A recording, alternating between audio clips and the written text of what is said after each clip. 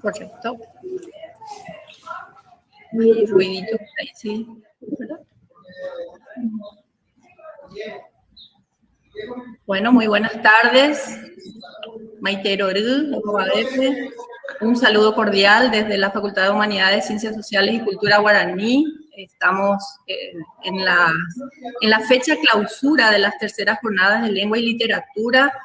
Hoy, para dar un poquito de referencia, estas han tenido unas actividades previas en el 2016, las segundas en el 2018 y otras actividades relacionadas siempre con la promoción de las lenguas, de la literatura, mejor a nivel regional.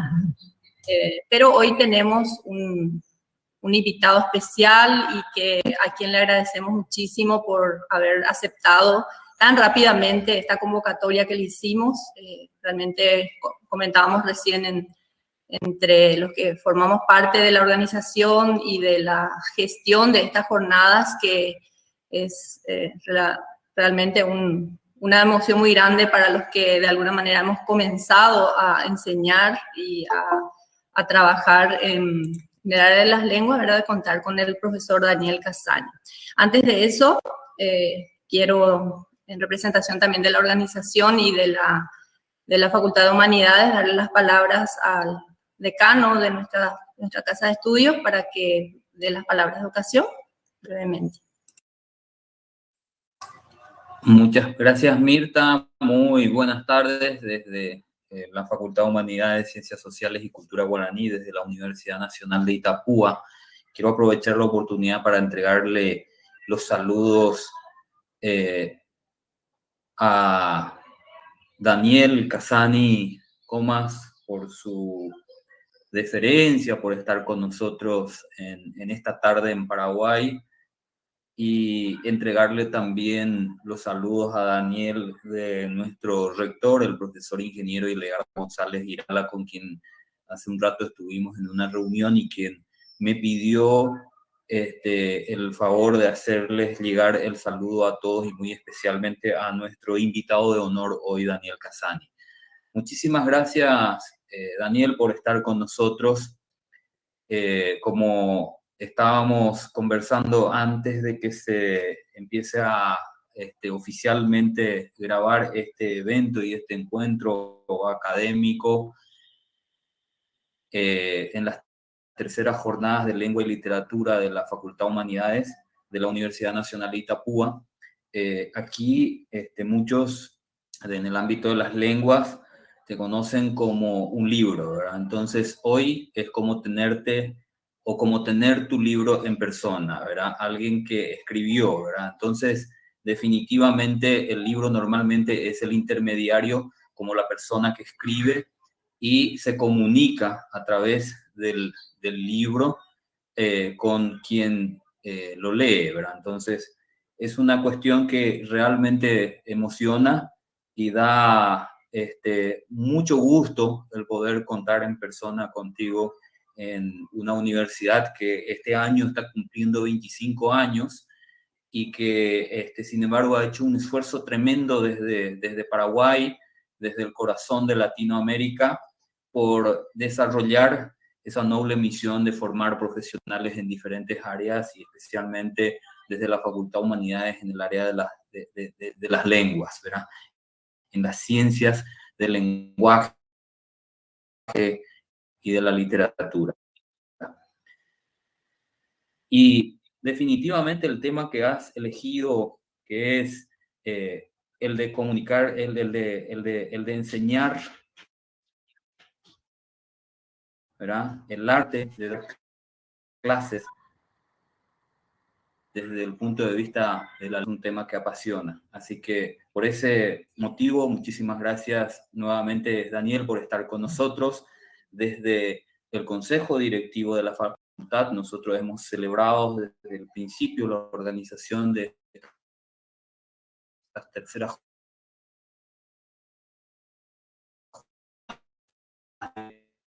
en lengua y literatura que organizamos en la facultad, y compromiso asumido. La persona de la profesora Mirta, que coordina el equipo, desde el rectorado, en la persona de Gloria Arias como directora académica que está con nosotros hoy, y por supuesto como investigación y extensión, con la compañera de trabajo Anabel Paredes, que está siempre acompañando las tareas y las actividades que estamos desarrollando para poder cumplir con nuestra misión de formar profesionales, pero también y en definitiva aportar al ámbito de las ciencias, aplicadas, y en este caso en el ámbito de las lenguas, que en el Paraguay definitivamente, por la condición de que tenemos dos lenguas oficiales, el guaraní y el español. Entonces, eso nos permite a nosotros, con la diferencia y con la oportunidad que nos dan personas como Daniel, que sabemos que es su primera visita oficial y académica a nuestro país, a Paraguay, a Encarnación, a la Universidad Nacional de Itapúa, así más no sea a través de la distancia, a través de la tecnología, aunque sería muy grato poder recibirle en persona en algún momento en nuestro país, en nuestra ciudad, en Encarnación, en Paraguay y en la Universidad Nacional de Itapúa. Felicitar a todos y desearles todo el éxito que se merecen y que estoy seguro lo van a tener con la disertación tan importante que va a desarrollar Daniel Casani en esta oportunidad. Un abrazo fraterno para todos. Muchas gracias, señor decano. Y brevemente, nada más para contarle también a los estudiantes, a los docentes, a las personas que nos siguen en las redes sociales, esta actividad se está transmitiendo en vivo por las redes sociales de la Facultad de Humanidades, Facebook y YouTube, así que tiene mayor alcance, y les pedimos a los estudiantes y se inscribieron, entonces que registren en el momento en que aparece en el registro de asistencia, que lo hagan ahí también para la certificación. Directora académica, en este caso, Cintia Ortiz, para que, bueno, se haga cargo también entonces de la actividad. Gracias, profesor Daniel, nuevamente. Nosotros vamos a estar desde atrás. Gracias, profe Mirta. Bienvenido una vez más al profesor Daniel Casani. Realmente decíamos antes de la transmisión, una emoción muy grande contar con él después de haber leído y compartido con los estudiantes tantas obras que él ha realizado. Antes de cederle la palabra, me gustaría comentarles un poquito. Daniel Casani es un autor español, nació en Barcelona, licenciado en Filología Catalana, se doctoró en Enseñanza de Lenguas y Literatura en la Facultad de Ciencias de la Información de la Universidad de Barcelona, es profesor titular de Análisis del Discurso en Lengua Catalana en la Universidad Pompeu Fabra de Barcelona, imparte docencia también en la Facultad de Traducción e Interpretación en materias de análisis del discurso, redacción, ciencias del lenguaje, didáctica de la lengua y discurso especializado. Es autor de artículos, libros, ensayos sobre comunicación escrita y didáctica de la lengua, materia que, sin lugar a dudas, es de su ámbito de experticia. Ha colaborado con los ministerios de educación, tanto de España, Argentina, Chile y México, en programas de promoción de la lectura y la escritura. Y, por supuesto, siempre es conferencista, profesor invitado en universidades catalanas, españolas, europeas, americanas y asiáticas. Y bueno, en esta ocasión creo que como Universidad Nacional somos la primera institución universitaria que lo acoge de manera virtual en estos momentos, así que es doble, digamos, la emoción de tenerlo con nosotros a través de la virtualidad. Lo último de sus materiales publicados, y que hoy vamos a tener el privilegio de escuchar de él, de su experiencia, cómo nace un poco el arte de dar clase, publicado en el 2021, Laboratorio Lectores, trae sus obras en línea, escribir y leer en la red, para ser letrados, afilar el lapicero, construir la escritura es otra obra, reparar la escritura también, la cocina de la escritura, taller de textos. Y cómo no mencionar una obra que es referencia para nosotros en la Universidad Nacional y en muchos de los programas de formación de Paraguay, Enseñar Lengua. También otra de sus obras, de escribir, el escribir. Una vez más, profesor Daniel, bienvenido a usted. Esta de docentes, investigadores, estudiantes, que trata el arte de dar clases. Bienvenidos. Tenemos el Porenteque, Orenetape, Paraguay, Encarnación. Muy bien, pues bueno, pues muchos saludos a todos. Muchas gracias, Cintia, Antonio, Mirta, bueno, y todos. Agradezco la invitación de la facultad, de la universidad, para efectivamente esta primera intervención en Paraguay, que me complace mucho, por distintos motivos, porque, bueno, porque es la primera, también porque, bueno, pues Paraguay es uno de estos países, una de estas comunidades bilingües, como la mía, con dos lenguas, ¿no? Con dos lenguas oficiales, entonces eso me hace sentir como pez en el agua, muy, muy contento, muy satisfecho, con muchas ganas de aprender también sobre la comunidad guaraní, de la que lamentablemente no tengo muchos conocimientos. Y nada más, les hablo desde Barcelona a las 8:10 de la noche, de la tarde, diríamos aquí. Ya saben ustedes que los españoles cenamos muy tarde, de modo que no es problema. Y bueno, aquí estoy en mi despacho, reconvertido en estudio de grabación. Aquí en esta silla vivo desde hace un año, dando todas mis clases, mis conferencias. Ayer era Colombia, hoy es Paraguay, mañana descanso, por suerte, pero la vida sigue. Aquí empieza el curso porque agosto es mes de vacaciones en España y entonces esta es mi segunda conferencia de este curso que empieza, ¿no?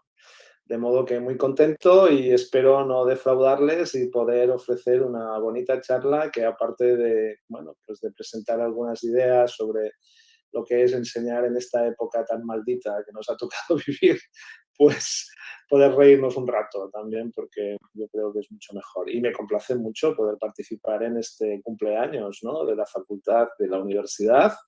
Y lamento mucho perderme la fiesta, porque yo tengo mucha ignorancia sobre la comida y la bebida paraguaya y soy un gran amante de la gastronomía, de modo que esto lo voy a apuntar y queda pendiente, ¿no?, porque tengo muchas ganas de aprender. Bueno, y vamos allá. Voy a compartir la pantalla con ustedes, ¿de acuerdo? Entonces, ahora van ustedes a ver... Ya estamos compartiendo la pantalla. Entonces, bueno, voy a abrir mi presentación. Aquí está mi presentación. Entiendo que ustedes la ven, si no me dicen nada. Yo no tengo feedback de ustedes, pero si no hay noticias. Perfecto. Gracias. Pues vamos allá, pero esta es la última transparencia, no es la primera, de modo que hay que empezar de nuevo. Perdonen ustedes estos pequeños detalles del directo. Y aquí tienen ustedes, bueno, pues esta conferencia que se titula El arte de dar clases según un lingüista. Se trata del título de un libro mío, que ustedes ven aquí abajo, El arte de dar clases. Es un libro que se publicó en enero y que, bueno, no está vinculado exactamente con mi investigación, que versa sobre vídeos, pero sí que, bueno, es un buen título para presentar de algún modo esta charla en la que pues voy a presentar estos temas, ¿no? Voy a hablar específicamente de dar clases en la época de este maldito virus que nos está mirando en esta fotografía inquietante con los ojos, ¿no?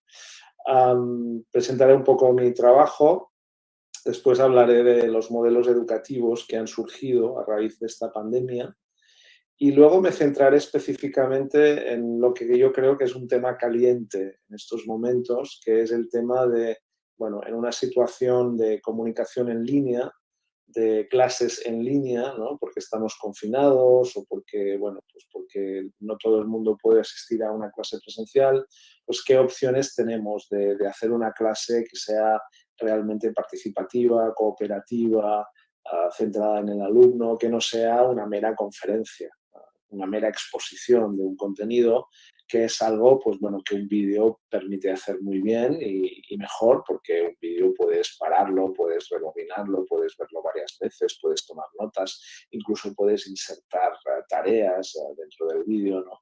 Y una clase una clase a través de Meet o de Zoom, pues evidentemente tiene otras características, ¿no? Entonces hablaré un poco de los recursos básicos que podemos utilizar, de, bueno, las tareas cooperativas, ¿no? Y de la evaluación y de los recursos, ¿no? De modo que esta es la charla y ustedes pueden bajarse la presentación en PowerPoint de este vínculo de Bitly que ahora tienen en pantalla. Pueden hacer una captura de pantalla o una fotografía de la misma, ¿no? O Itapúa Cassani 21, sino Bitly, ¿no? / inclinada Itapúa Cassani 21 con 2 S en Y. Y si no, también pueden usar este código QR.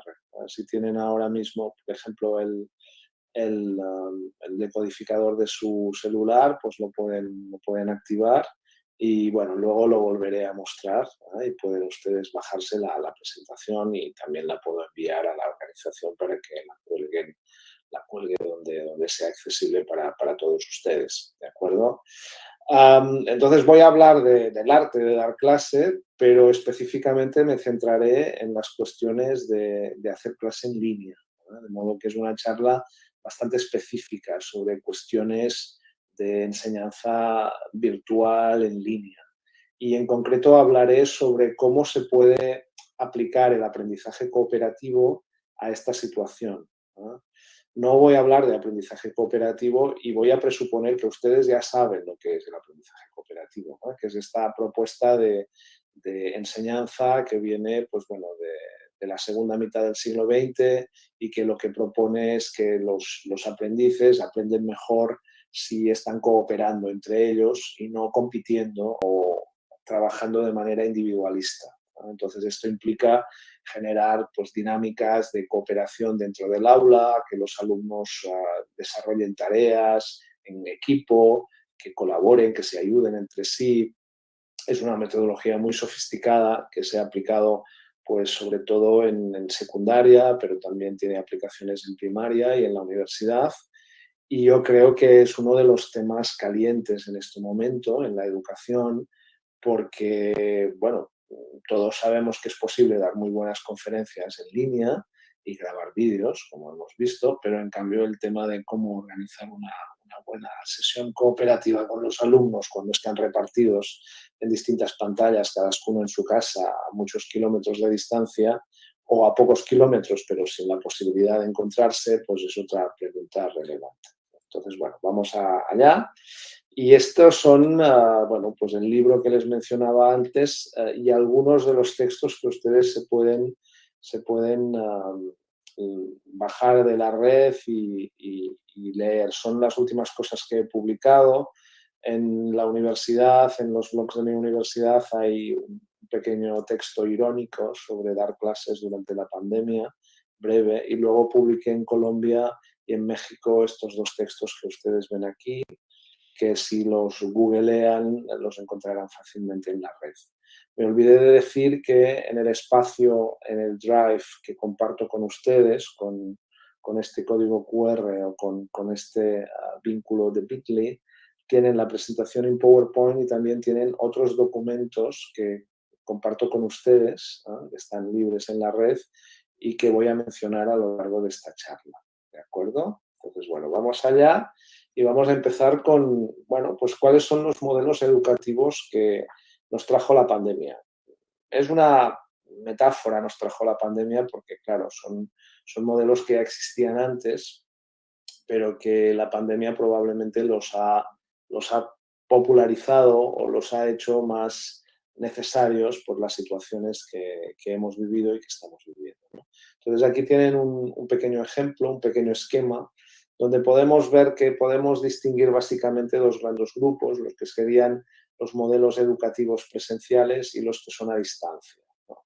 Ahora estamos en una situación a distancia y estamos en una situación a distancia síncrona, en el sentido que estamos en vivo conectados. O sea, yo estoy en Barcelona, ustedes están en Encarnación o en otra parte del Paraguay o en otras partes del mundo, cada uno en su casa, me imagino, en su despacho, y estamos viviendo este mundo, ¿no? Entonces, este momento, ¿no? No estamos físicamente cerca, pero tenemos una cierta sensación de propincuidad, se llama, de propincuidad, en el sentido de que hay algo que nos conecta.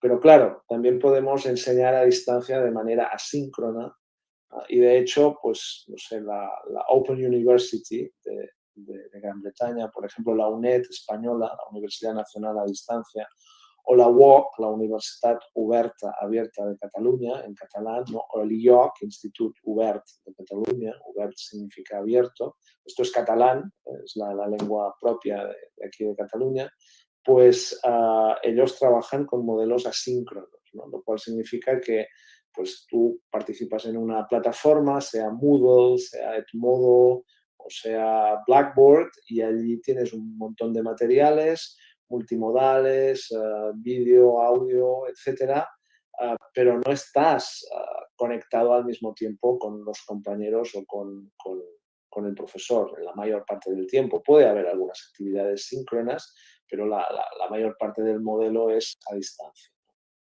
Luego tenemos lo que serían los modelos presenciales, donde tenemos el modelo típico de clase en el aula, con algunas prácticas de deberes, en la denominación tradicional, que ocurrían fuera del aula. Esto es importante porque los deberes luego nos conectan con las actividades asíncronas, ¿no? Pero básicamente era un modelo en el que lo único que contaba es lo que ocurría dentro de las 4 paredes del aula, ¿no? Y luego tenemos ya lo que sería el aula con un entorno virtual de aprendizaje, una plataforma como Moodle o Edmodo, etcétera. Y este diría que es el modelo en estos momentos más generalizado. Como mínimo aquí en España, prácticamente las universidades, los centros de secundaria, los centros de primaria, todos tienen un Moodle o tienen una plataforma en línea donde los estudiantes comparten materiales con los profesores, con los padres, los progenitores de los chicos, si estamos hablando de primaria o de infantil incluso, ¿no? Y luego tenemos finalmente lo que llamamos un modelo híbrido, ¿no? Un modelo híbrido que es un modelo en el que se compaginan las dos cosas. Entonces vamos a ver, híbrido lo estoy utilizando específicamente ahora en esta charla para referirme a esta fotografía que ustedes ven abajo en el centro, donde pueden ver ustedes una clase de la Barcelona School of Management de mi universidad, que es como un lugar muy, me sale la palabra española que es pijo, no sé, ustedes dirían pituco, o bueno, un lugar muy fino, diríamos, ¿no? Un lugar muy, muy reconocido, donde se dan maestrías para abogados, para médicos, para empresarios, etcétera, donde cuando llegó la pandemia pues hicieron una inversión muy poderosa, entonces todas las aulas que antes eran aulas normales como estas, pues las equiparon, como ven ustedes, con esta cámara. Es una cámara que tiene un tracking que va siguiendo al profesor, de modo que el profesor tiene en el suelo del aula, tiene como una tiza, un indicador del espacio por el que puede moverse y la cámara le va siguiendo. Y el alumno desde su casa o desde su despacho puede hacer zoom y puede mirar la pizarra o puede mirar al profesor, ¿no? Y puede asistir a clase desde su casa. De hecho, en la pantalla grande que ven de televisión aquí, pueden ver ustedes que hay tres individuos. Uno es el profesor, este es el profesor que ven que está de pie, está con el tapabocas, como los alumnos. En cambio, estos dos son dos estudiantes que están siguiendo la clase en su casa. Entonces, este es un modelo educativo en el que una parte de los alumnos están físicamente en el aula, están en una situación parecida a esta de aula, y otra parte está en línea, ¿no? Y está siguiendo desde su casa, ¿no? Entonces, esta es una situación que trajo la pandemia, ¿no? Ahora yo creo que está en una cierta recesión, porque es realmente una situación muy complicada. O sea, yo he dado algunas clases en este contexto y, claro, aparte de preocuparte de los alumnos que están físicamente en el aula, tienes que estar pendientes de los que están en sus casas, y lo más complicado es cuando haces un trabajo en grupo, una puesta en común, porque gestionar las dos dinámicas es muy difícil, ¿no? En cambio, pues a la derecha tienen pues lo que sería una situación parecida a la que tenemos ahora, que es una clase sincrónica en la que, bueno, aquí ven ustedes todos mis alumnos de una maestría en formación de profesorado, ¿no? El año pasado. Esto corresponde a al 2020, cuando ya estábamos confinados. Y aquí ven ustedes pues una escuela en una situación presencial, pero en época confinada, con distancia social, pues el profesor aquí va con tapabocas y no vemos las caras de los alumnos porque son menores de edad y no tenemos el permiso. Pero bueno, ustedes pueden ver que tenemos todos estos modelos educativos y yo me voy a referir sobre todo a cómo podemos organizar una clase divertida, participativa, cooperativa, en la que los alumnos tengan un rol muy activo en un contexto síncrono, a distancia. De modo que este es, como les decía, el tema caliente. Los iconos que ustedes ven aquí corresponden a instituciones educativas de aquí, catalanas, que siguen el modelo que tienen arriba.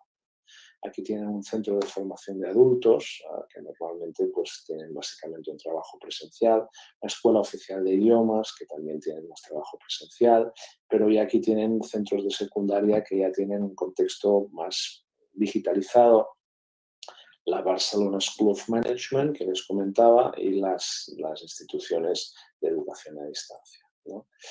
Claro, todo esto ha llegado de golpe, ¿no? Llegó aquí, el confinamiento llegó en marzo del 2020, ¿no? Y entonces, pues aquí tienen un ejemplo muy simpático de, bueno, pues de unos colegas del Perú que me proponían que, bueno, pues que yo fuera al Perú a colaborar con ellos y claro, como la pandemia era imposible, me dijeron, bueno, lo podríamos hacer en línea, ¿no? Dijeron, le proponemos el lunes 19, en octubre o noviembre sería hora peruana, que bueno, pues para mí sería por la tarde-noche, como ahora, ¿no? Y dice, y podría usted dar 2 horas y media de videoconferencia teórica, 30 minutos de receso y después 2 horas de un taller acerca del tema teórico antes, ¿no? De modo que serían como 4 horas y media más 30 minutos de descanso para toda la sesión, 5 horas. ¿Se imaginan ustedes 5 horas conectados a la red? Esto es insoportable, esto es absolutamente imposible, ¿no? O sea, no, pues ya es difícil mantener la atención cara a cara durante tanto tiempo, imagínate en la distancia. O sea, esto es insostenible y esto es como una regresión que ha ocurrido con la pandemia. Con la pandemia, pues claro, todos encerrados en casa, hay que mantener la distancia social, entonces ¿cómo podemos seguir educándonos y educando a los chicos y a los profesionales? Pues bueno, pues con las herramientas a distancia, pero luego empezamos a utilizar las herramientas a distancia como si estuviéramos en un contexto presencial y esto no puede ser porque realmente son situaciones muy, muy diferentes, ¿no? Son situaciones que hay que transferir, que hay que adaptar, ¿no? Entonces, desde este punto de vista, yo creo que una mirada interesante es la mirada del espacio universitario europeo, ¿no? Ustedes quizá bueno, no sepan que en Europa se intentó construir una unidad de aprendizaje que fuera equivalente al euro. Ustedes saben que, bueno, pues antes en España habían pesetas, en Francia francos, en Alemania tenían marcos, en Italia tenían la lira europea, y que llegó un momento, pues alrededor del cambio de siglo, que se decidió cambiar y todos adoptamos una misma moneda, que es el euro, ¿no? Que es más o menos equivalente al dólar, ¿no? Y esto pues prácticamente ocurre igual con las universidades, ¿no? Porque las universidades en cada país funcionan de manera distinta, tienen tradiciones diferentes, tienen unidades de aprendizaje diferente, entonces se propuso lo que era un crédito europeo, un European Credit Transfer System, que aquí ustedes ven que un crédito europeo equivale a unas 25 horas de aprendizaje. Y es interesante esta idea de aprendizaje, no de enseñanza. Entonces, la manera de contabilizar la educación en la Universidad Europea no es a partir de las horas de clase que imparte el profesor, sino que es a partir de las horas de trabajo y de estudio que hace el alumno, entre las que se incluyen las de clase presencial o las de clase virtual, síncrona o asíncrona. Entonces, aunque haya ciertas variaciones según las instituciones y los contextos, un crédito europeo son 25 horas de aprendizaje y estas 25 horas de aprendizaje, pues como máximo tienen un 25% de clases. Y el resto, el 75% de estas 25 horas, pues básicamente es trabajo de estudio, trabajo de tareas que tiene que resolver al alumno, etc. O sea, por cada hora de clase hay 4 de aprendizaje. Esta es una idea, 4 o 3 de aprendizaje, ¿no? Esta es una idea importante.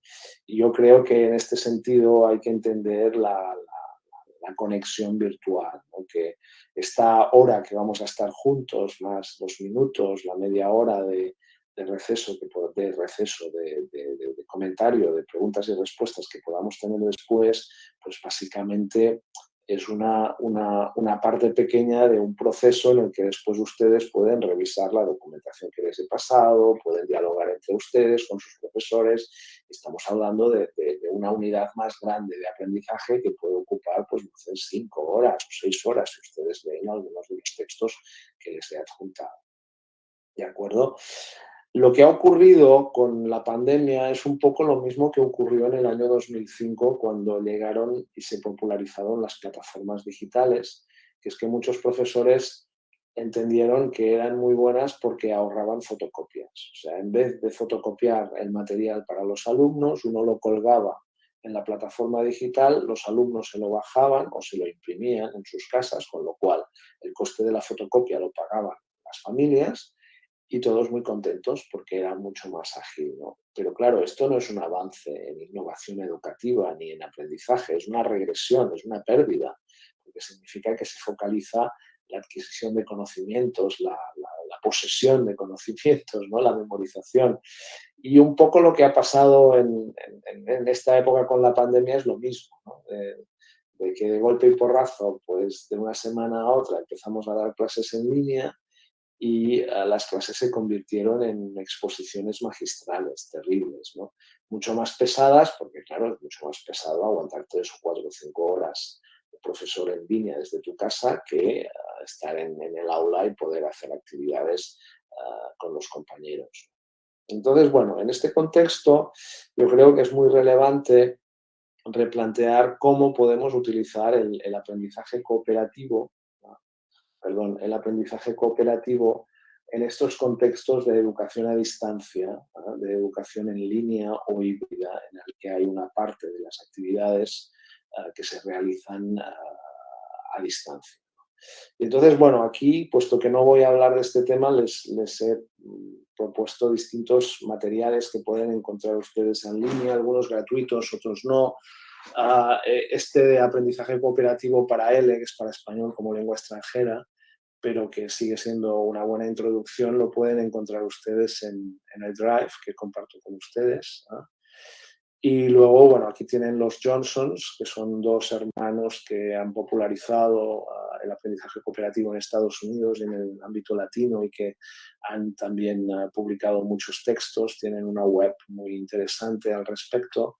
Y uno de los mejores libros, en mi opinión, de Spencer Kagan sobre Cooperative Learning, para introducirse en este ámbito si ustedes no lo conocen, ¿no? Pero bueno, yo no me voy a parar aquí porque no es el tema de la charla, ¿no? Entonces vamos a ver, la pregunta es cómo poder organizar la cooperación en línea, ¿no? O sea, cómo podemos, pues de una situación en la que estamos en Meet o estamos en Zoom, un conjunto de profesores, aquí ven pues yo que estaba impartiendo una asignatura de la conferencia para México y aquí tienen una reunión con mi grupo de investigación con una estudiante que estaba presentando un trabajo que está realizando, pues cómo podemos convertir esto en una práctica más cooperativa.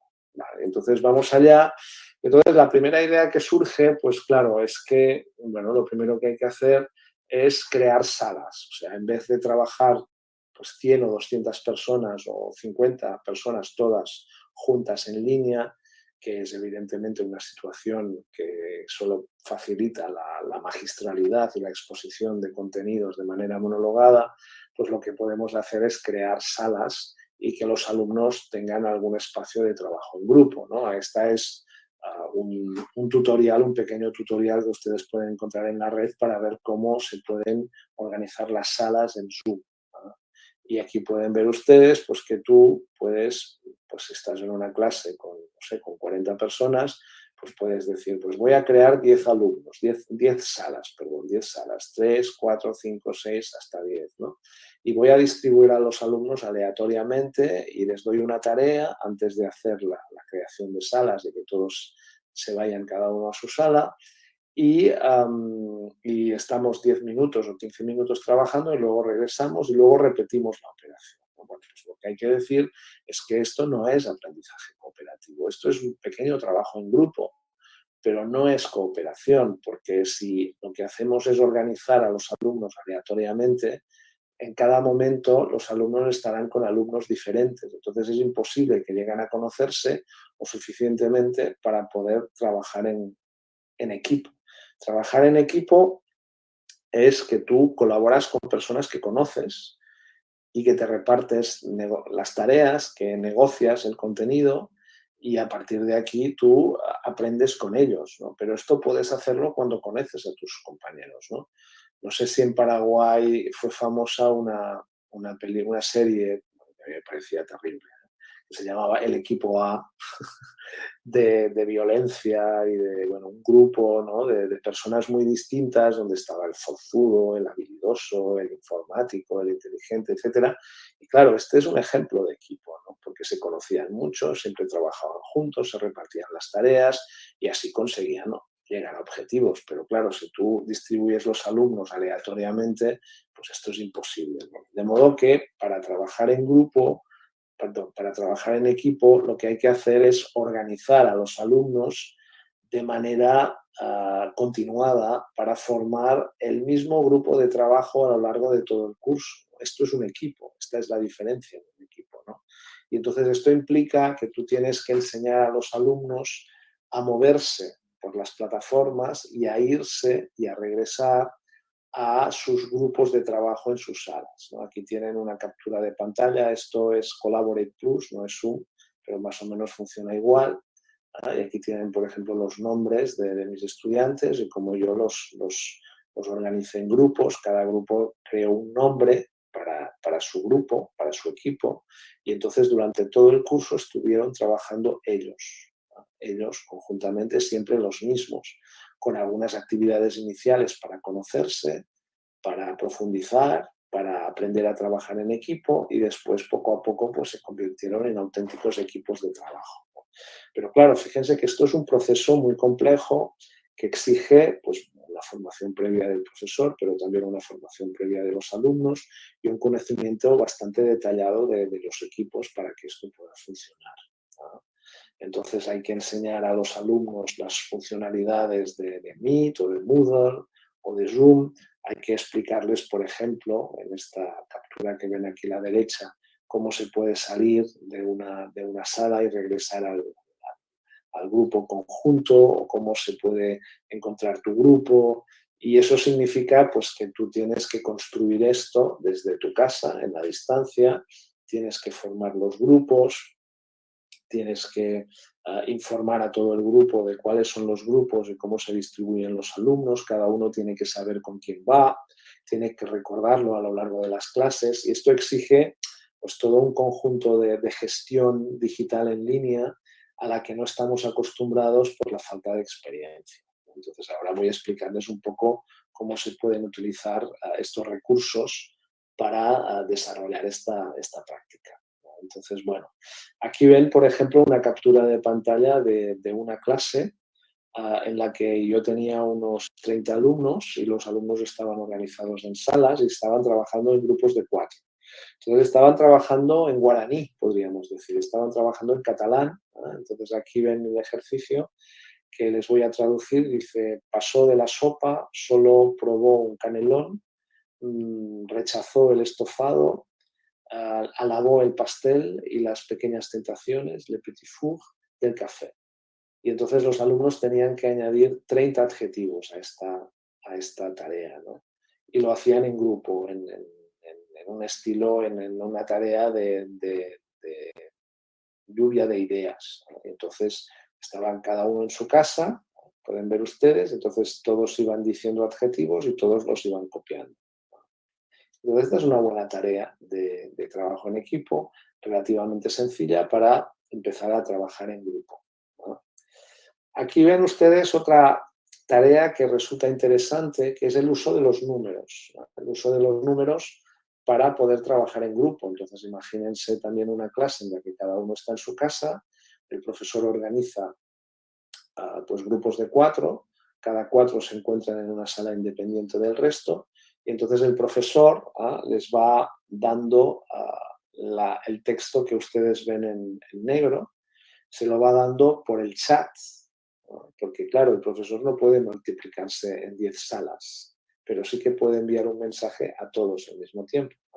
Entonces, pues puede enviar diciendo, vamos a hacer un ejercicio de improvisación.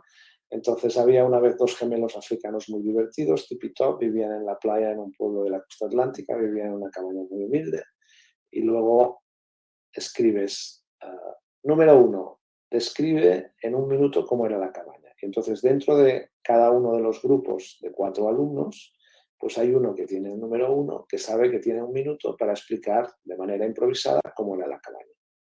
Entonces el profesor espera 1 minuto, el profesor puede entrar en las diversas salas para ver si los alumnos van trabajando, y cuando ha pasado el minuto, pues regresa y sigue con el texto. Este es un ejercicio relativamente sencillo que se puede hacer de trabajo en grupo en una situación de aprendizaje a distancia en el que cada uno está en su casa. Y aquí ven pues, el icono verde con el OK, que significa que esto funciona.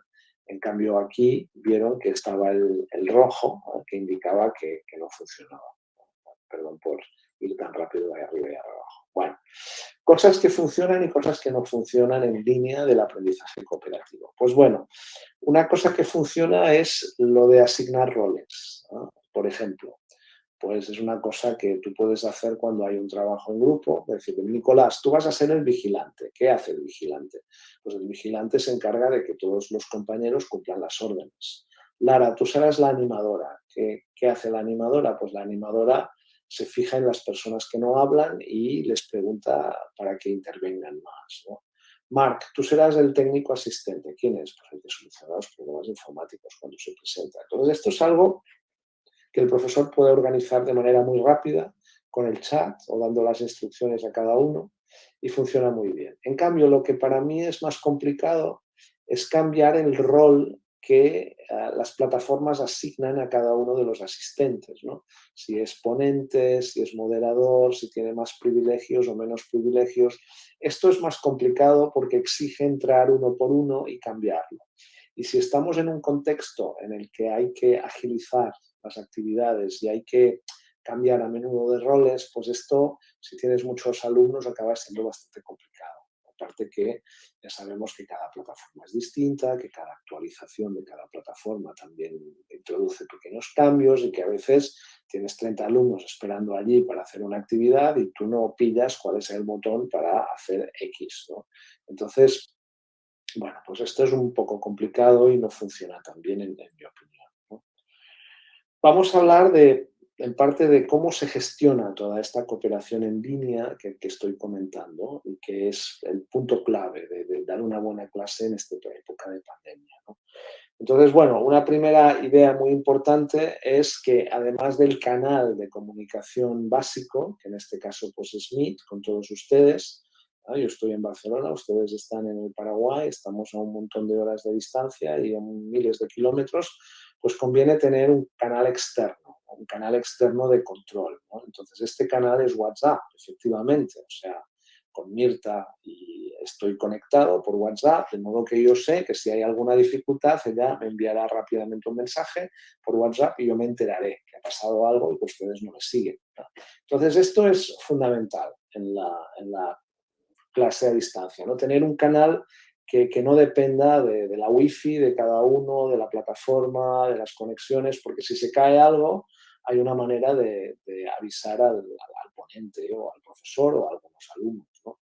Entonces, esto funciona muy bien, sea WhatsApp o sea Telegram, y es algo que, bueno, no sé en Paraguay, pero aquí en España ha generado bastante controversia porque hay personas que están muy en contra de utilizar WhatsApp en el aula, ¿no? Que incluso llegan a prohibir los celulares, ¿no? Entonces, aquí tienen una investigación que publicamos hace pues un par de años, antes de la pandemia, en la que precisamente analizábamos la función que ejercía WhatsApp en las clases, en secundaria, y los resultados eran que, bueno, pues que es muy, muy positivo. O sea, los alumnos, incluso alumnos de secundaria, o sea, estamos hablando de 12 a 16 años, ¿no?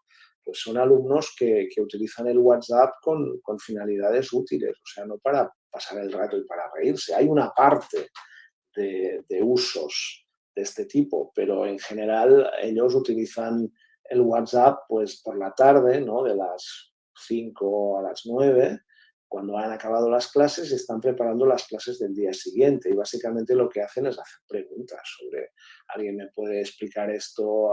¿Alguien, por favor, me puede fotocopiar? ¿Me puede hacer una captura de pantalla? ¿O me puede hacer una fotografía de las páginas XX del libro de matemáticas porque no los tengo a mano, etcétera, etcétera?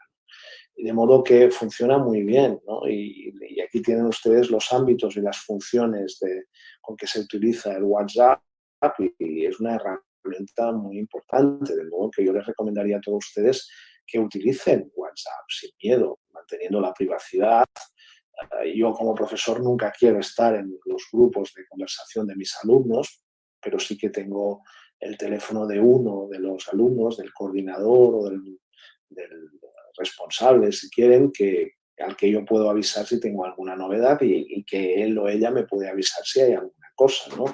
Pero participar en los grupos de conversación de los alumnos como profesor yo creo que es un error, porque lo primero que hacen los alumnos es crear otro grupo de conversación con todos ellos y sin el profesor para poder hablar libremente sin el profesor. Entonces, mejor evitarlo, que los alumnos digan lo que quieran, que yo también diré lo que pienso, lo que quiero a mis colegas, y así tenemos un espacio cada uno. Aquí tienen un ejemplo divertido de un instituto también bilingüe en Navarra, con euskera y español, donde los alumnos se explican cómo calcular los años luz, ¿no? Entonces es un ejemplo maravilloso que muestra cómo el WhatsApp es un instrumento de aprendizaje, es una herramienta que genera aprendizaje. Y los alumnos, pues mezclan dos lenguas, utilizan palabras vulgares como joder, no sé calcularlo con K, no lo sé calcularlo. Y eso no impide que no se aprenda. O sea, se está explicando una cosa compleja, como es el cálculo de los años luz en operaciones matemáticas, ¿no? Y funciona muy bien, pese a utilizar un lenguaje tan vulgar y un cambio de lenguas, ¿no? De modo que WhatsApp es una buena herramienta si se utiliza de manera inteligente. Bueno, la gestión de estas aulas y de estos espacios de aprendizaje pues es complicado. Aquí tienen ustedes una captura de pantalla de la actividad de revisión de la tarea de poner adjetivos que les comenté antes, ¿no? Entonces, esta es una captura de pantalla del profesor, o sea, aquí me ven ustedes a mí, ¿no? Esta es mi captura de pantalla, esto es Collaborate Plus. La lengua de interficie es el catalán, tothom significa todo el mundo, ¿no?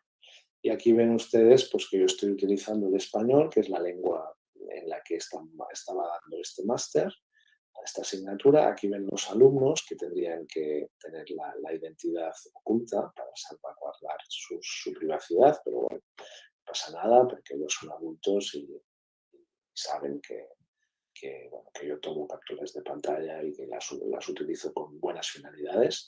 Y claro, el profesor tiene que gestionar el audio, el vídeo, los grupos de los aprendices, los asistentes, las herramientas. Aquí ven pues, la pizarra, levantar la mano y eso, los chats. Aquí tienen ustedes el chat, este es el chat de todo el mundo, pero si yo le doy aquí a clic, pues puedo llegar al chat de cada grupo, al chat de cada alumno. Entonces son 3 chats que funcionan simultáneamente. Gestionar esto no es fácil, claramente. O sea, hay que tener mucho conocimiento, hay que estar muy fino y muy atento. Y realmente, pues para el alumno tampoco. Aquí tienen la captura de pantalla de un alumno mío, un alumno de doctorado, pues está en un curso de máster, entonces puede ver que tiene menos comandos, tiene menos privilegios, pero también tiene cierta dificultad, ¿no? Entonces eso también hay que aprenderlo, ¿no? Herramientas básicas para hacer esto, pues muy sencillas. Por ejemplo, una herramienta muy fundamental es el cortar y pegar. O sea, cortar y pegar texto, hacer capturas de pantalla, anotar las capturas de pantalla, acaba siendo algo fundamental. Y aquí es cuando ustedes me dicen, qué obviedad que está diciendo el profesor, qué básico, ¿no? Y dices, sí, efectivamente, pero es que la cuestión es que tienes que saber hacer esto con segundos de tiempo. O sea, tú tienes que poder, por ejemplo, capturar un texto y luego pegarlo en otro chat y enviarlo a varios alumnos en pocos segundos. Y esto requiere una habilidad de conocimiento técnico y de manejo del teclado y del mouse o del ratón bastante elevado. Si ustedes piensan, por ejemplo, esta presentación que están viendo ustedes aquí, todos son capturas de pantalla, todos son capturas de pantalla anotadas. Un día me dediqué a contarlas y había como 80 en una presentación de una charla de 50 minutos, ¿no? Entonces, bueno, pues todo esto tienes que tenerlo preparado, tienes que haber preparado pues las instrucciones que vas a dar a los alumnos en la clase en línea, tienes que tener las capturas preparadas también para compartirlas en la pizarra, los documentos. Entonces, es probablemente una clase con mucha más preparación que una clase cara a cara. Alguien puede decir, bueno, es porque no estamos acostumbrados, de acuerdo, evidentemente, no tenemos tanta experiencia.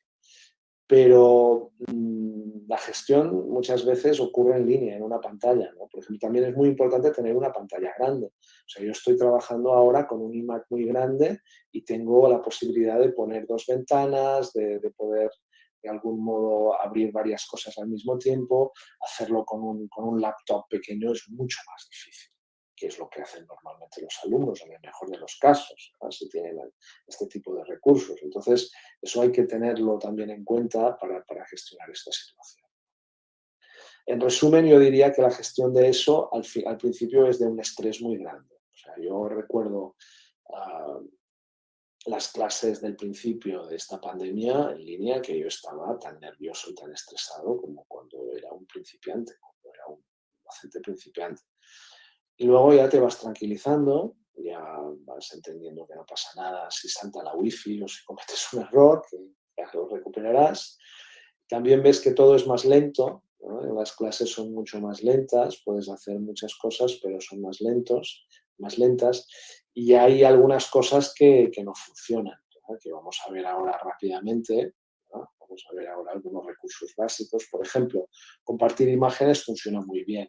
De hecho, muchas veces yo renuncio, si no es una conferencia de poco tiempo, renuncio a una presentación en PowerPoint que me parece más encarceladora, ¿no? Que te exige ir en cada momento con la imagen siguiente, ¿no? Han visto que yo intentaba ir atrás, adelante, y esto me imagino que para ustedes es confuso, ¿no? Porque dices, ay, el profesor ahora se va a 2 diapositivas atrás, ahora 2 adelante, y esto genera un poco de estrés y de confusión.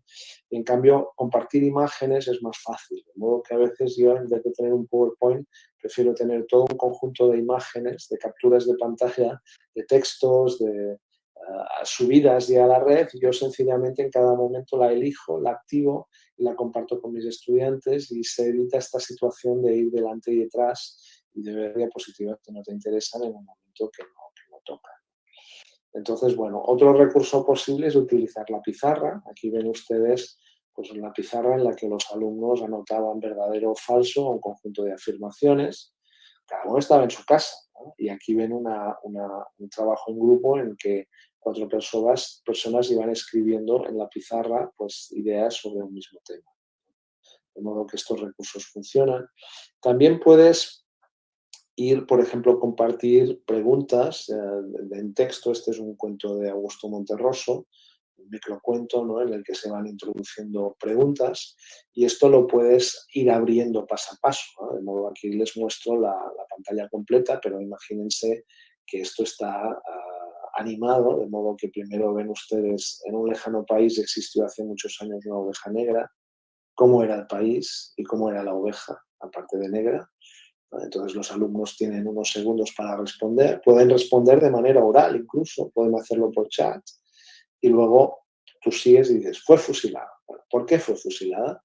Respondan ustedes, ¿no? Y aquí vamos avanzando. El chat es muy importante, ¿no? Entonces no me voy a parar mucho, pero en estos contextos el chat es una manera de compartir información de manera privada con alumnos, con grupos, sin que los otros se enteren.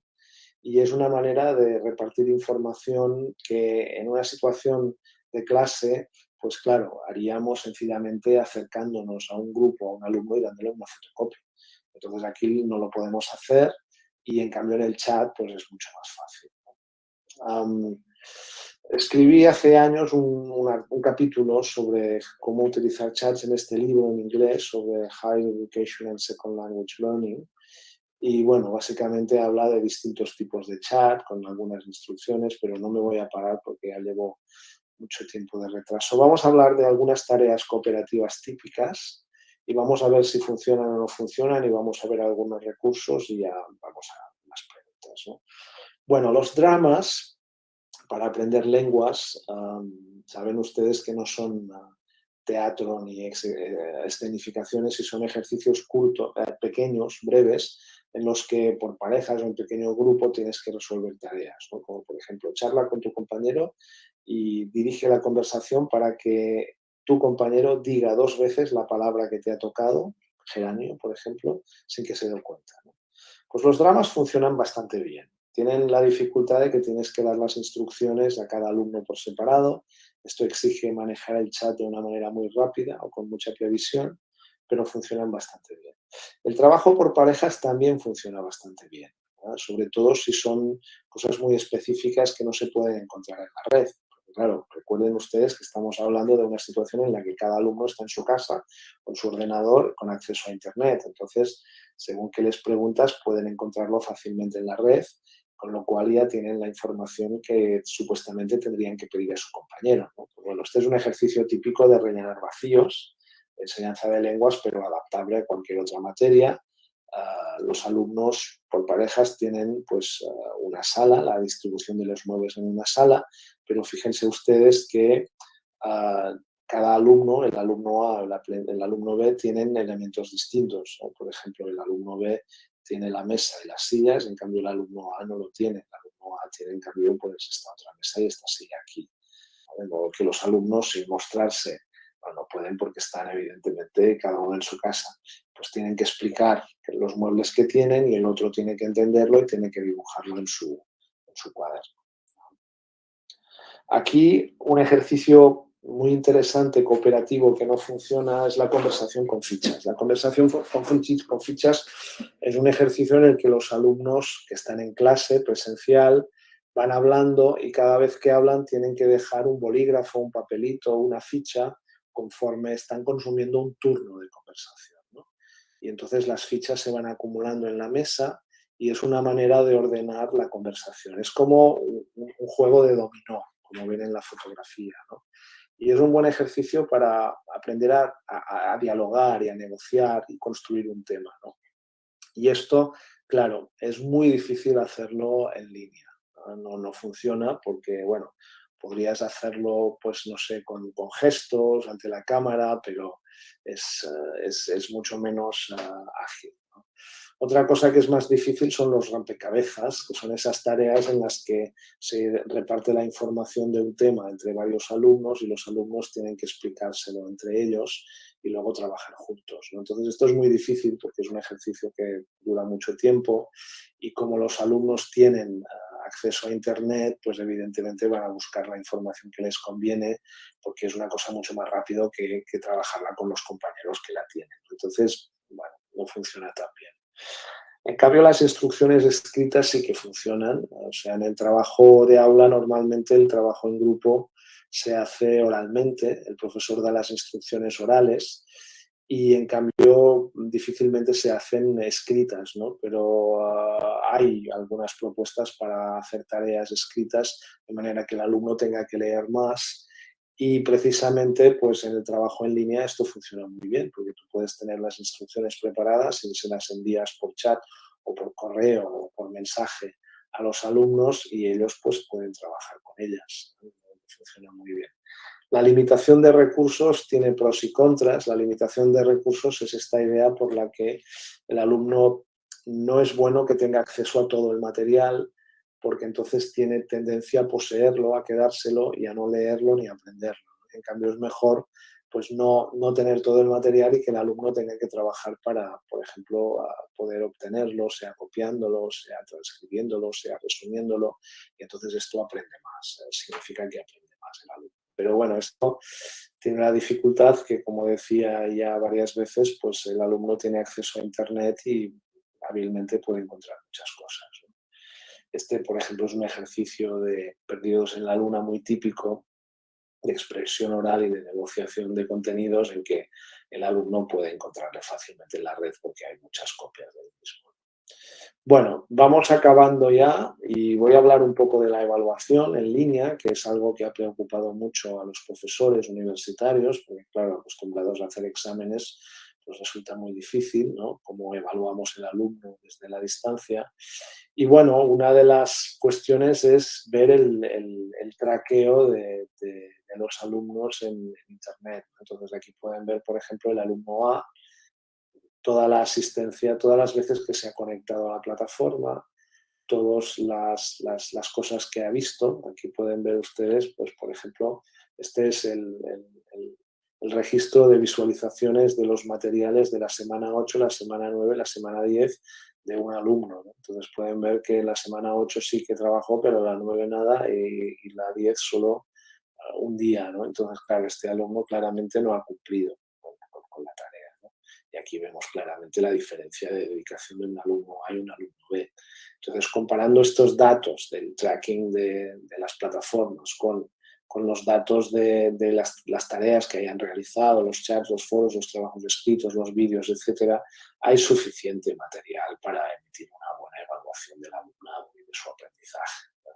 Los portfolios, por ejemplo, son herramientas de evaluación muy revalorizadas con el aprendizaje en línea en estas plataformas porque son mucho más realistas y mucho más conformes a la práctica real, donde los exámenes ya sabemos que no existen. Algunos recursos, rápidamente. Aquí tienen una guía de buenas prácticas para utilizar Wikipedia, basada en datos empíricos, en experiencias prácticas de una universidad catalana que ustedes pueden encontrar en la red, que está en el Drive que comparto.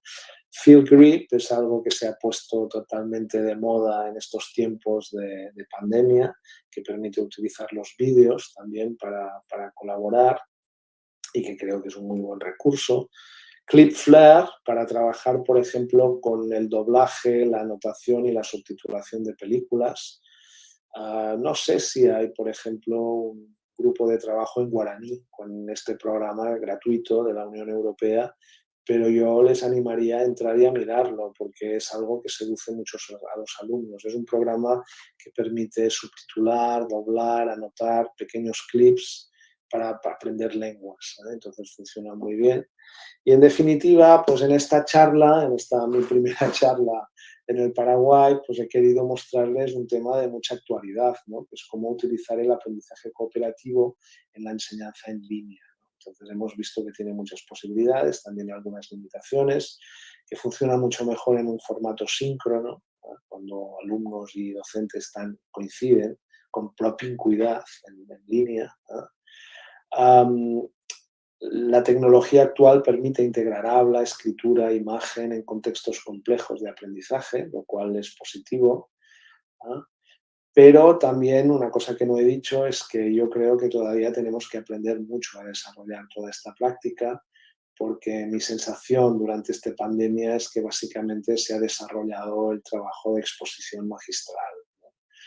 Y que esto, pues bueno, es una herramienta importante, pero no puede ser la base central del aprendizaje, ¿no? Entonces, en este contexto, yo creo que tenemos que adaptarnos y hacer un esfuerzo para, de algún modo, adaptar nuestras clases a este nuevo contexto, ¿no? Y muchas gracias a todos. Dejo de compartir pantalla, les dejo un minuto todavía, me he pasado solo 5 minutos. Pero bueno, tienen ustedes aquí mi correo electrónico, mi página web, también tienen mi cuenta en Twitter. Tienen aquí el código QR y el vínculo a Bitly, donde pueden ustedes bajarse la presentación y estos materiales. Y nada más, espero compartir con ustedes ya las preguntas que tengan. Muchas gracias, profesor Daniel. Realmente interesante compartir un poco su experiencia, sobre todo esta educación virtual que, bueno, nos trajo la pandemia. Y en ese sentido hay algunas preguntas que que me gustaría leerlas, por favor. ¿Cómo hacemos los docentes para captar la atención, retener un poco esa atención de nuestros estudiantes en la virtualidad? Buena pregunta. Yo creo que la respuesta teórica es compartir la responsabilidad, ¿no? Es que ceder un poco margen de responsabilidad, implicarles en las actividades, que la clase no sea expositiva, que esté centrada en ellos, que tengan que participar, que tengan que opinar. Y entonces para eso pues el aprendizaje cooperativo es muy importante, ¿no? Esto significa que el profesor no es tanto un orador o un expositor de contenido, ¿no? Sino que es más un gestor de clase, ¿no? De aula, un gestor de actividades, que propone materiales, que dialoga con los alumnos, que conversan, ¿no? Entonces esto es un cambio importante en la manera de trabajar de los profesores, que, bueno, que no es nuevo de la pandemia ni de la enseñanza a distancia, pero que yo creo que poco a poco se va imponiendo.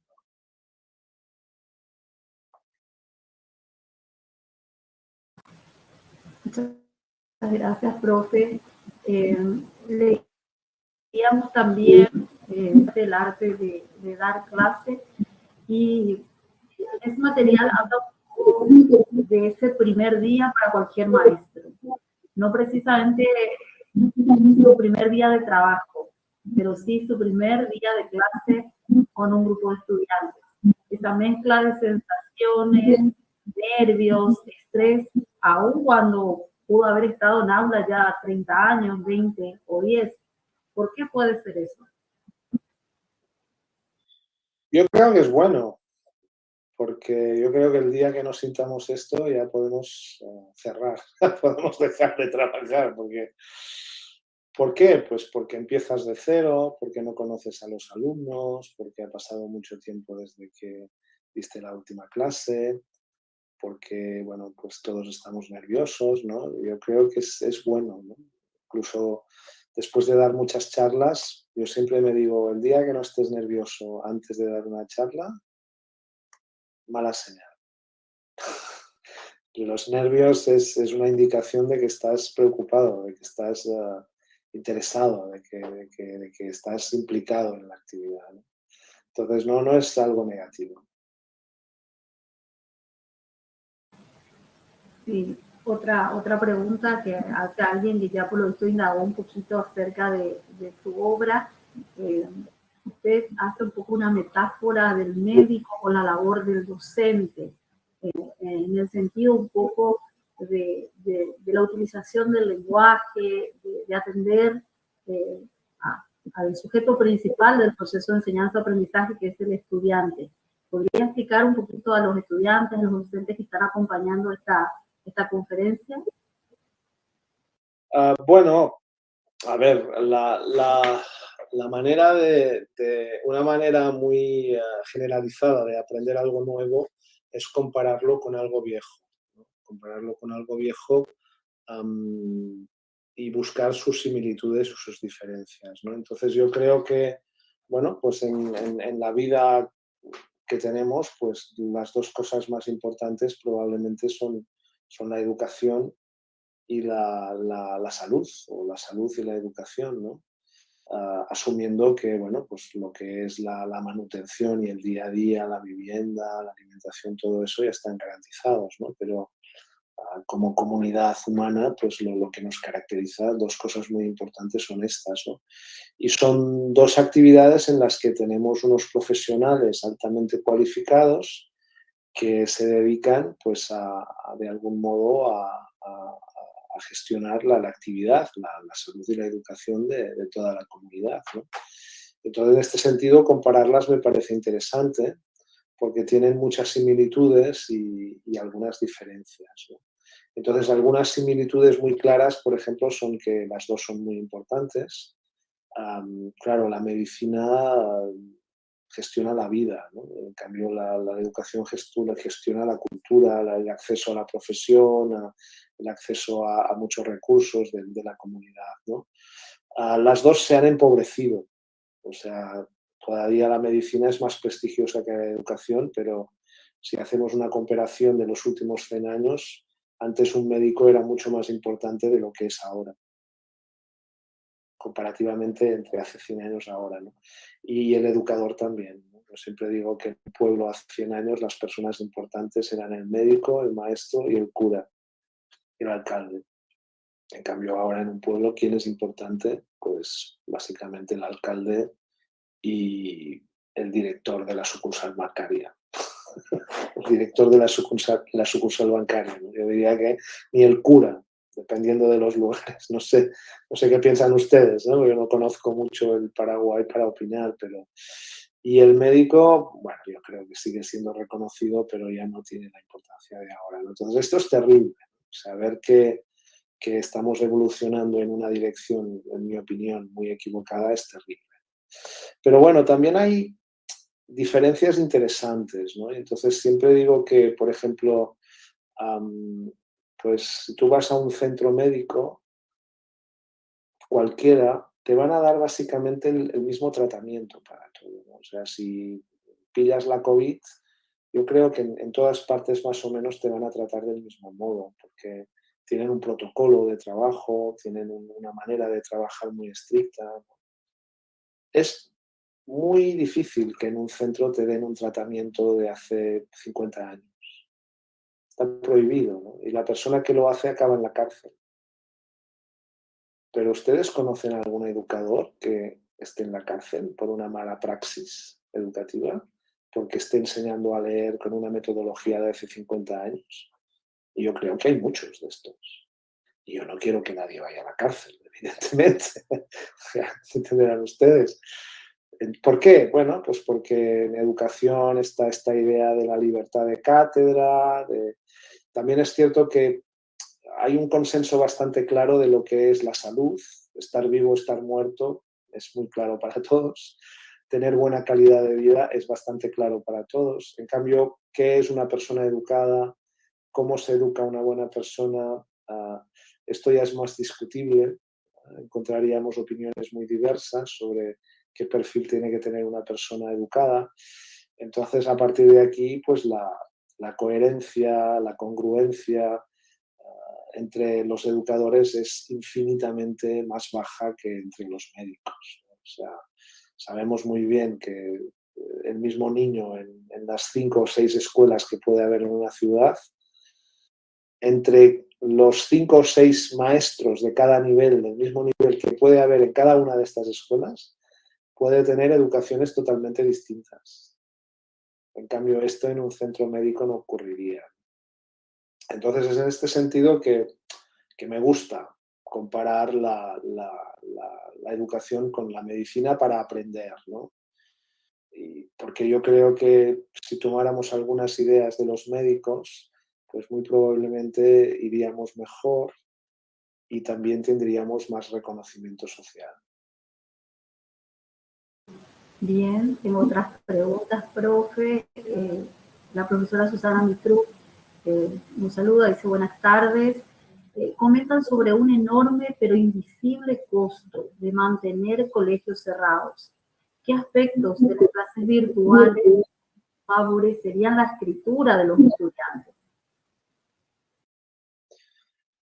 Bueno, la virtualidad incluye oralidad y escritura, ¿no? Y entonces, por ejemplo, fíjense que en mi charla he hablado bastante del uso del chat, ¿no? Que es algo que, bueno, el chat y la mensajería pues fueron muy importantes al principio de Internet, luego cayeron y ahora con el WhatsApp y las redes sociales han adquirido más importancia, pero de una manera muy informal, ¿no? Muy informal. Entonces, yo creo que la virtualidad ofrece importantes utilidades a la escritura. De hecho, es una manera la digitalización es una manera de revalorizar la escritura, porque de algún modo pues es más fácil escribir con teclado y con recursos digitales, ¿no? Más bien ahora yo diría que nos estamos acercando a otro cambio que es la sustitución de la escritura por el vídeo. O sea, ya por ejemplo hoy estaba fijándome en algunos vídeos en el vídeo de ayer, por ejemplo, que ya está publicado en la red, en el Ministerio de Educación de Colombia, y entonces he visto que había otros vídeos míos que yo no conocía y he descubierto que había pues varios estudiantes que habían hecho vídeos a partir de mi último libro, El arte de dar clase, ¿no? Entonces descubrí que estaban haciendo vídeos muy graciosos del libro, ¿no? Y dije, bueno, esto claramente es un trabajo académico, ¿no? O sea, es que alguna profesora que les ha pedido a los chicos que lean el libro y hagan un vídeo, en vez de pedir, por ejemplo, hacer un resumen, ¿no? Y claro, el resumen queda en privado, pero el vídeo lo cuelgan en YouTube y es accesible a todos, ¿no? Entonces, claro, ¿se pierde la escritura con el vídeo? No, porque un buen vídeo requiere un guión, requiere un storyboard, requiere un guión técnico, un guión literario, y esto es escritura. Entonces, los alumnos precisamente necesitan escribir. Y este es un tema actual de investigación. De hecho, estamos preparando un artículo que se titula, bueno, no sé cómo acabará el título al final, porque estamos negociando con los revisores, con los reviewers, pero el título es Ya está, me pongo a filmar reflexiones sobre el uso del vídeo como artefacto de aprendizaje, ¿no? Y una de las cuestiones es esta, ¿no? Que los chicos lo que quieren es ponerse a filmar inmediatamente sin tener ideas muy claras de lo que quieren hacer. Y es muy difícil, porque hacer un vídeo es mucho más complicado que escribir una redacción. Bien, tengo otra participación, en este caso el Departamento de Lenguas. Dice, bueno, en Paraguay, el Ministerio de Educación y Ciencias ha orientado la vuelta a clases presenciales desde esta semana. Hemos vuelto, profe, la presencialidad en un sistema de burbujas y aún no tenemos seguridad en cuanto a la salud física de los niños. Me preocupa la salud mental de los niños y jóvenes que han estado en confinamiento y de los niños que estuvieron en etapa de aprender a leer y escribir en este contexto. Los docentes con los que estoy hablando me dicen que hay poca asistencia. ¿Cómo ve esta situación? Pues sí, son este tipo de consecuencias de la pandemia que están llegando después porque no son las más urgentes, pero precisamente hoy las noticias aquí en Cataluña hablaban de un programa del Ministerio que intentará pues diagnosticar y ayudar a todos los docentes que puedan padecer consecuencias psicológicas derivadas del confinamiento. Creo además que ustedes han estado mucho tiempo confinados, por lo que estoy infiriendo de sus preguntas. Aquí las escuelas de primaria y secundaria no estuvieron confinadas durante este año, ¿no? O sea, desde septiembre hasta ahora todos los centros han estado trabajando presencialmente y solo cuando se detectaba algún positivo dentro de la burbuja, pues sí que quedaban confinados temporalmente hasta que pudieran regresar. Pero la política ha funcionado bastante bien, o sea, la decisión ha funcionado bastante bien y ya no ha habido muchos grupos confinados. Pero incluso en este contexto las secuelas y las consecuencias psicológicas de esta situación son terribles, ¿no? Y bueno, lo que ha ocurrido es que todos los docentes también hemos acabado absolutamente extenuados de la situación y todos los comentarios al final del curso pasado, en julio, pues fue que había sido uno de los peores años de nuestra vida educativa como educadores, ¿no? Y especialmente pues terrible para los chicos que, bueno, pues que empiezan, por ejemplo, secundaria o que empiezan en la universidad y que prácticamente no han podido conocer una situación normal de un instituto de secundaria o de universidad porque lo han vivido desde hace 1 año y medio confinados.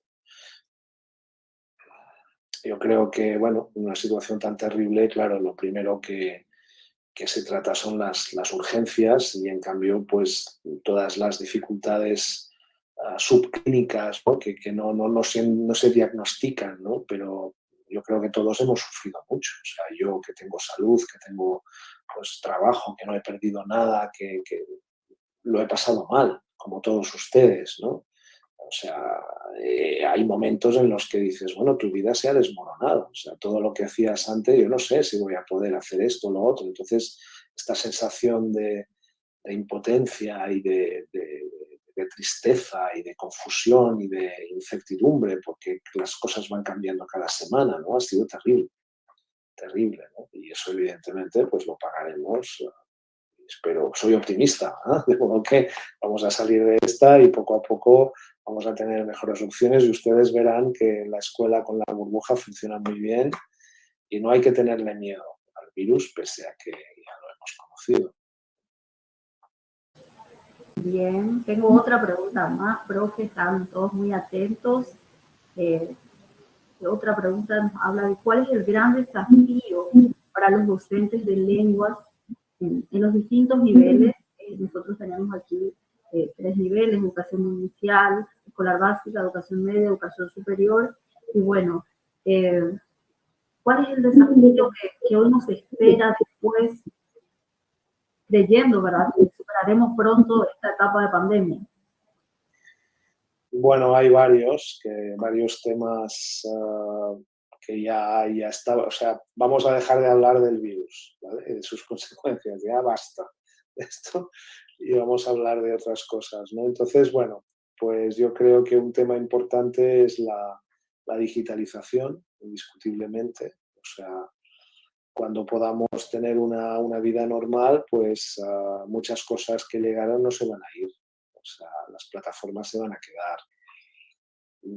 El diseño del futuro ya incluye clases presenciales, clases a distancia síncronas y clases a distancia asíncronas, ¿no? O sea, los 3 modelos van a convivir en el futuro, ¿no? Especialmente en la universidad y en secundaria.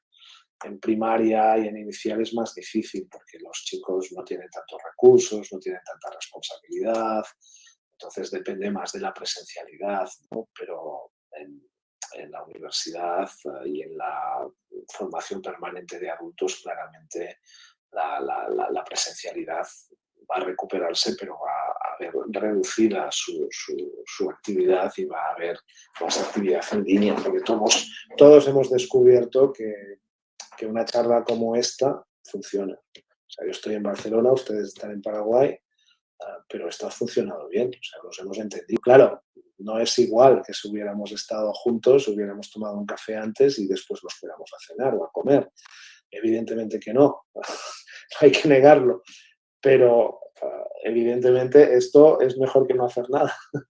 Y abre muchas posibilidades, porque claro, que yo pueda venir a Paraguay, que me gustaría mucho, pues no es tan sencillo, porque se requiere mucho tiempo, mucho dinero, mucho esfuerzo y bueno, y todos tenemos familias y obligaciones y actividades y no es tan fácil y muchas veces necesitas varios años para planificar una actividad así. De hecho, yo el año pasado tenía previsto irme al Japón 3 meses en una cosa que llevábamos años planificando y se murió todo. Entonces espero realizarlo este curso que viene si la realidad lo permite, ¿no? Pero entonces, mientras no tengamos esto, pues yo estoy encantado de haberles podido conocer a ustedes de esta manera, de habernos podido reír un rato, de haber podido compartir experiencias y ha sido encantador. Es encantador. Genial. Prometo que es la última pregunta. Están participando estudiantes que se están formando en el área de lenguas, estudiantes también que aspiran a ser maestros de grado. ¿Qué recomendación daría a estos estudiantes futuros profesionales del área de lengua y también de la educación escolar básica en Paraguay? Bueno, a ver, acabaré de responder un poco la otra pregunta, que hablé solo de la digitalización, entonces yo les diría que otro reto muy importante es el plurilingüismo y la pluriculturalidad, ¿no? Entonces ustedes son un país plurilingüe por definición, tienen 2 lenguas oficiales, esto es muy bueno, esto tienen que defenderlo, tienen que apoyar la comunidad guaraní, tienen que incorporar la cultura porque es una gran riqueza, es una gran posibilidad. Hablo del guaraní porque es la lengua minorizada, ¿no? Es la lengua en comparación con el español que sufre más, ¿no? Entonces esto me gustaría que los estudiantes, los que son nativos guaraníes y los que no lo son, que lo entiendan, que es una gran riqueza, que es la gran posibilidad de poder ver el mundo desde distintas perspectivas, de poder entender mucho mejor la comunidad, de tener una mirada mucho más profunda del día a día,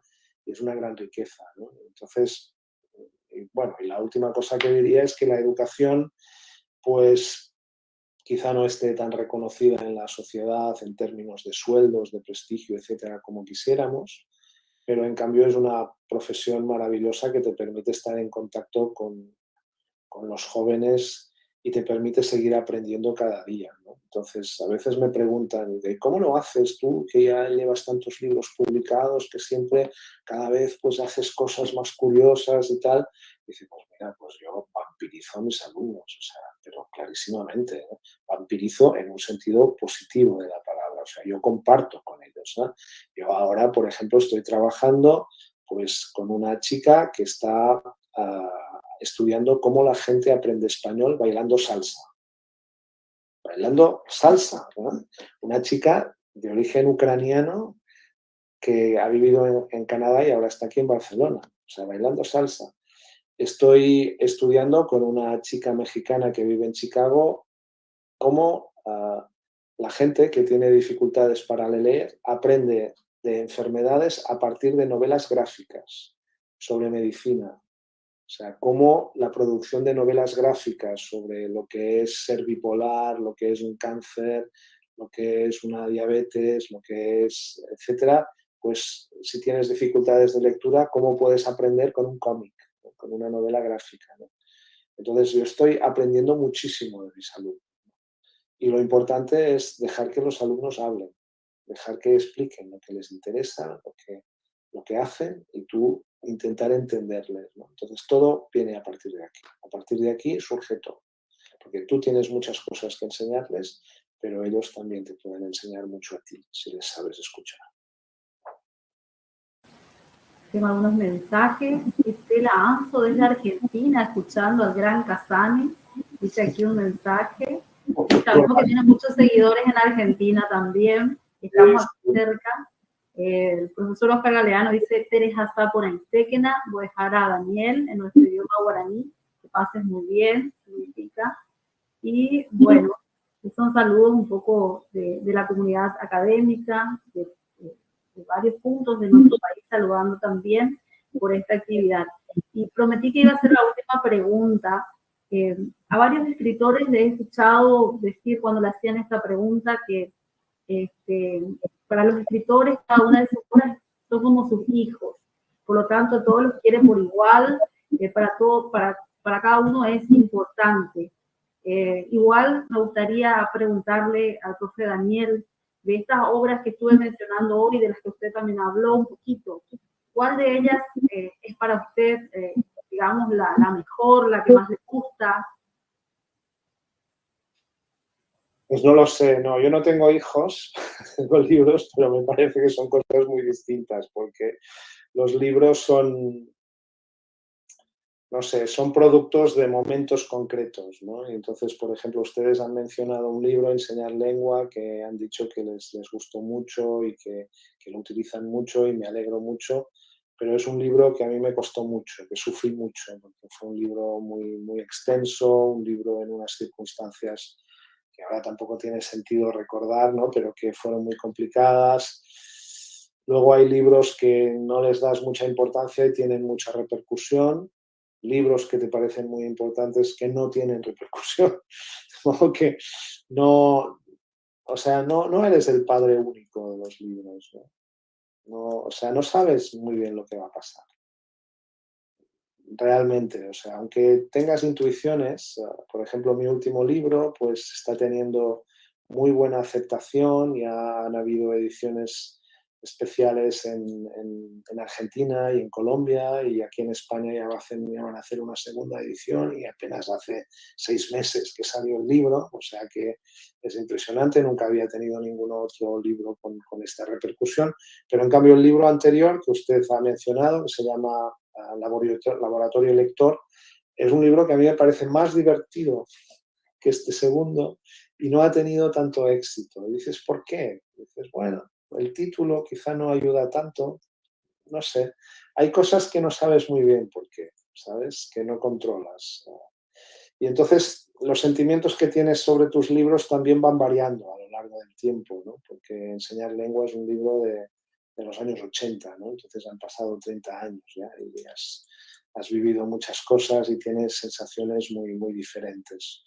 Pero sí, de algún modo los quieres a todos y el amor te vuelve cuando los lectores te recuerdan, ¿no? Que para ellos ha sido muy importante un libro porque les ha ayudado a formarse y les ayuda ahora a hacer su trabajo, ¿no? Entonces esto es fascinante, ¿no? Es muy bonito. Nunca hubiera imaginado que podría escuchar esto. Entonces eso me complace mucho, pese a que es un libro que quizá yo ya lo tengo muy olvidado porque ha quedado debajo de muchos otros libros que me han costado mucho sudor y muchos otros problemas, pues te hace recordar un poco otras cosas, ¿no? Está bien.